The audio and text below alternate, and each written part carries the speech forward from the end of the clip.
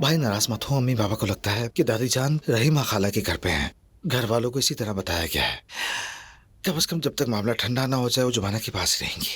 लेकिन एक मिनट, क्या मतलब है? दादी और रहीमा खाला की तो कभी बनती ही नहीं है। भाई पूछिए मत, यूं ही जबान से निकल गया और फिर मैंने वजाहत कर दी। कहा कि इस उम्र में झगड़े ना हो, दोनों में मुफाहमत हो गई है। भाई आप यूं समझे दोनों मिलकर पुराने दिन याद कर रहे हैं। अच्छी बात है। भाई दादी जाना भी जुमाना के पास है, अगर पता चल गया तो बहुत बड़ा मसला खड़ा हो जाएगा। ठीक है, समझ गया। और तुम बताओ, जुमाना कैसी है? यानी ठीक है, लेकिन मैं थोड़ा सा उलझा हुआ हूं। मुझे रहने दें भाई, आप आयशा को अकेला ना छोड़ें। बहुत शुक्रिया मेरी जान। आप बहुत अच्छे हैं भाई। असल में तुम अच्छे हो उसी।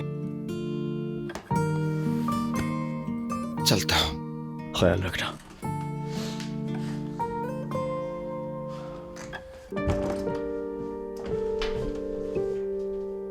आयशा, कहाँ जा रही हो? नहीं मालूम, शायद थोड़ी वॉक करने से मेरी टेंशन कुछ कम हो जाए। बहुत तनाव में हूं मैं।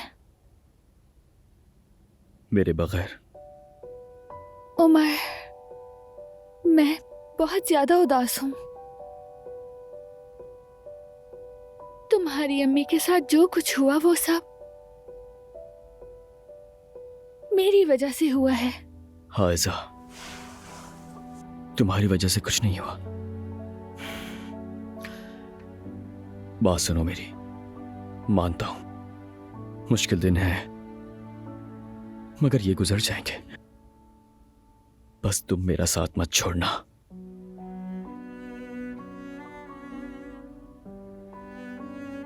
मेरी जान, चलो शादी कर लेते हैं, ठीक है? शादी करने के बाद उनके सामने आएंगे। काश के उमर ऐसा हो सकता, मगर ये सब कुछ होने के बाद अगर हम खुफिया तौर पर निकाह कर लेंगे तो सब हमारे दुश्मन हो जाएंगे।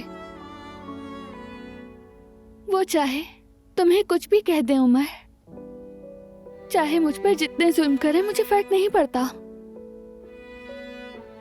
लेकिन तुम्हारी अम्मी, तुम्हारा खानदान,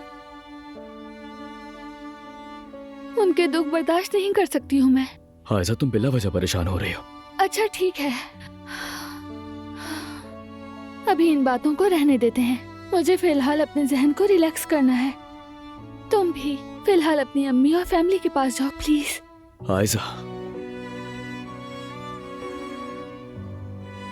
देखो, ये सारा तूफान महमद की वजह से आया है। वो जानबूझकर अफरा तफरी फैला रहा है। मुझ पर भरोसा रखो, मैं उसके सारे मंसूबे नाकाम बना दूंगा। मैं वादा करता हूं तुमसे। और उस वक्त देखना, लोग हमारे खिलाफ नहीं, हमारे साथ होंगे। सब्र रखो।